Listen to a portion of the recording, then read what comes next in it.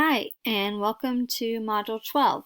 This is Sarah Vos, and I'll be going over some important concepts from Chapter 16, which is about water and how it can affect our health. The first concept to discuss is the hydrologic cycle, and this picture shows us that the water in the ocean evaporates into the sky. That water then eventually comes down as rain, it comes down into the ground. It can percolate through the ground to replenish the groundwater aquifers, and then eventually it will run off into the ocean. So water, all the water on our planet is constantly being recycled and is all related. And it seems like we do have quite a bit of water on our planet, but the amount of fresh water, so that's not salt water, the amount of fresh water that's available for we as humans to use is less than 1% of the total volume of water on Earth. Water is obviously very essential to us. We could not survive more than a few days without having water to drink. When we think about water to drink, we divide our water into two categories. We think about surface water and we think about groundwater. And these are both freshwater supplies. So again, this is not ocean water, not salt water. Surface water those are things that you can stick your feet into. Waters that are open to the atmosphere, things like rivers, lakes, ponds. When we talk about groundwater, we talk about the water that's deep below the Earth's surface in aquifers. When we drill a well, which about half of the people in Vermont drink from private drilled wells, we're drilling down into that aquifer that supplies groundwater. When we're thinking about what kind of water we want to drink, we want to start with the highest quality source water to reduce the treatment cost. So when people drink straight groundwater from a deep aquifer, there's often very little treatment involved. That's because groundwater is very high quality. As the water filters through the earth, it's cleaned by physical and chemical and microbial processes.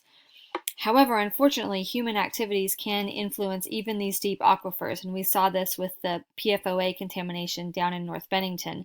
The deep water aquifers were contaminated by a plume of PFOA, which is very mobile in soil. When we think about drinking surface water does require quite a bit of treatment for drinking. However, if we use surface water for agricultural uses or industrial uses or recreational uses, that doesn't require any sort of treatment. About half of all Americans use surface water for drinking water. And anytime we talk about a resource that is finite by definition and is required for all of us, you always have to think about the concept of scarcity. And water scarcity is when someone doesn't have enough water. And it is one of the most critical health threats to humans.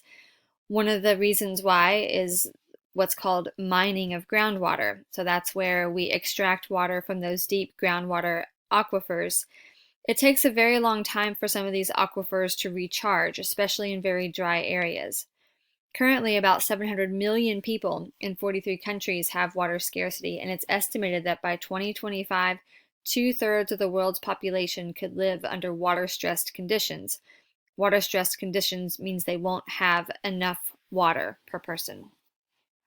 When we think about the uses of water, agriculture does account for 70% of our global withdrawal from groundwater. And agricultural uses are the greatest contributions to water scarcity.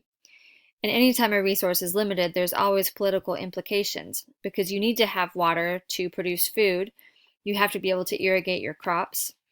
When there's fresh water being discussed, many freshwater bodies cross international and state boundaries. And of course, there can be conflict about who owns the water in what particular part of the country. And climate change is likely to worsen water scarcity in some of the most vulnerable areas. So what do we as humans do to impact our water? There are several things that we as humans do to impact water. The first is that we alter the hydrodynamics of the water on the planet. We build things like dams and levees and canals to reroute the water, and that can have unintended consequences. We also do things like channelization and extraction, and again, there's some really good examples in the textbook that talk about how some of these activities can have unintended consequences, such as flooding. Another human impact is through pollution, and this is probably it's what I think about most when I think about impacting water and having health concerns.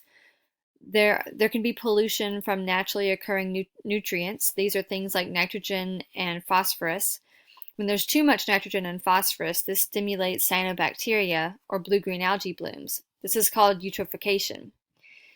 There's also chemical contamination of water. This can either be from a point source, which is for example, a company that's discharging a specific chemical pollutant right into water, or it could be from non-point sources. Non-point sources include agricultural runoff, urban streets, water that washes over parking lots and picks up little tiny pieces of asphalt. And those non-point sources are very, very difficult to control and regulate. Another type of pollution is biological pollution. This includes things like bacteria, viruses, protozoa, things that come from human and animal feces or waste.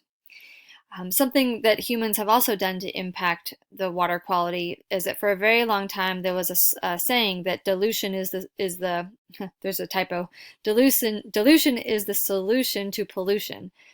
However, dilution is not the solution to pollution, because even if a chemical is diluted, in the water system, it may not be as high in the water, but it does bind the sediment. It can affect the ecosystem. When we think about chemical contamination of drinking water, there are a few very common types of contaminants which are listed here. One example is gasoline. Gasoline is a petroleum hydrocarbon. It's something that does get into water pretty frequently. Another type are the synthetic organic chemicals. These are man-made chemicals, for example, PFOA and PCBs. Metals and radionuclides are both naturally occurring, and they often contaminate water systems and water supplies. Disinfection byproducts are sort of a special category of chemical contaminants. Disinfection byproducts are formed when drinking water is disinfected, and we'll talk about disinfection in a couple slides. But this is an unfortunate byproduct of a very good activity, which is sterilizing or treating the water. There's also industrial waste, municipal and agricultural waste. We've talked about nutrients. And then naturally occurring chemicals. These are things that are occurring naturally in our Earth's crust, and that sometimes they can get into the surface water or groundwater. Examples are arsenic and fluoride. When we think about microbiological contaminants, we're thinking about pathogenic organisms. Those can be either from point sources, so you could have a CSO or a sewer system that's overflowing, or you could also have non-point sources. And again, those non-point sources are very, very difficult to control. Microbial contaminants can lead to waterborne disease outbreaks. And the type of waterborne disease outbreak depends on the source and the pathogen. For example, Shigella is a very common toxin, and that signifies that human sewage has been released. Waterborne disease outbreaks are becoming more and more common, and in the US, we see a lot of these waterborne disease outbreaks after heavy rainfall, and that's associated with flooding. Sometimes septic systems fail in a flood, and there can be various ways that human sewage can get passed around and contaminate drinking water during a flood. So it is very important that wastewater, the water that we flush down our toilets, is treated properly to prevent these outbreaks. When we think about monitoring for outbreaks, water is typically tested for an indicator. An indicator is sort of a red flag to tell us, is there human or animal waste present? And the type of indicator that's typically used is called coliform. And it is required that drinking water is tested for coliform, but there is concern that coliform can die off very quickly in a water system, whereas some other pathogens, especially from human waste, can survive much longer in the water. When we think about the global waterborne disease burden, it's very amazing the number of deaths that are attributed to diarrhea. You see there that the diarrhea disease accounts for 1.5 million deaths per year. That's a similar burden to HIV/AIDS, tuberculosis, and malaria, things that have a very high profile, things we think a lot about in curing. But diarrhea and the associated dehydration can kill just about as many people. The risk factors, the most important contributors to those deaths, are inadequate Sorry about that. Inadequate water supplies, sanitation, and hygiene. So, changing some simple human behaviors could really reduce the number of deaths. Even as staggering as the 1.5 million deaths per year are, it's likely that that is underestimated. And that's because many cases of acute GI infection are not diagnosed or are not reported, especially in other countries. Another reason is that some of these diseases can be passed from person to person. So if one person drinks the water, they can easily, through spreading human waste, they can easily contaminate other people. When we think about obtaining safe drinking water, it's very important to understand that getting and maintaining safe drinking water is a multi-barrier approach. So you want to have several safeguards in place to make sure that no contaminants are getting into your drinking water. One of the first things to think about is source protection, and that means protecting the watershed around where you're pulling your drinking water. Many states have watershed protection areas. They have laws that restrict the type of activity that can be conducted in an area that's used for drinking water. Another important way to obtain safe drinking water is disinfection. Typically, chlorine, which is a strong oxidant, is put into water. The chlorine reacts with organic matter. It kills any type of bacteria, pathogens. It kills a lot of those protozoa, and it leaves a residual. So not all the chlorine is used up in a reaction. So there's some chlorine left over, which can go through a water system distribution pipe to protect the water from regrowth of any type of organism.